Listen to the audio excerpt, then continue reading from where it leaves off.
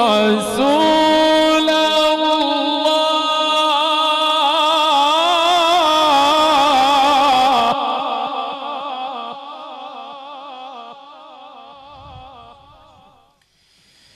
واعلموا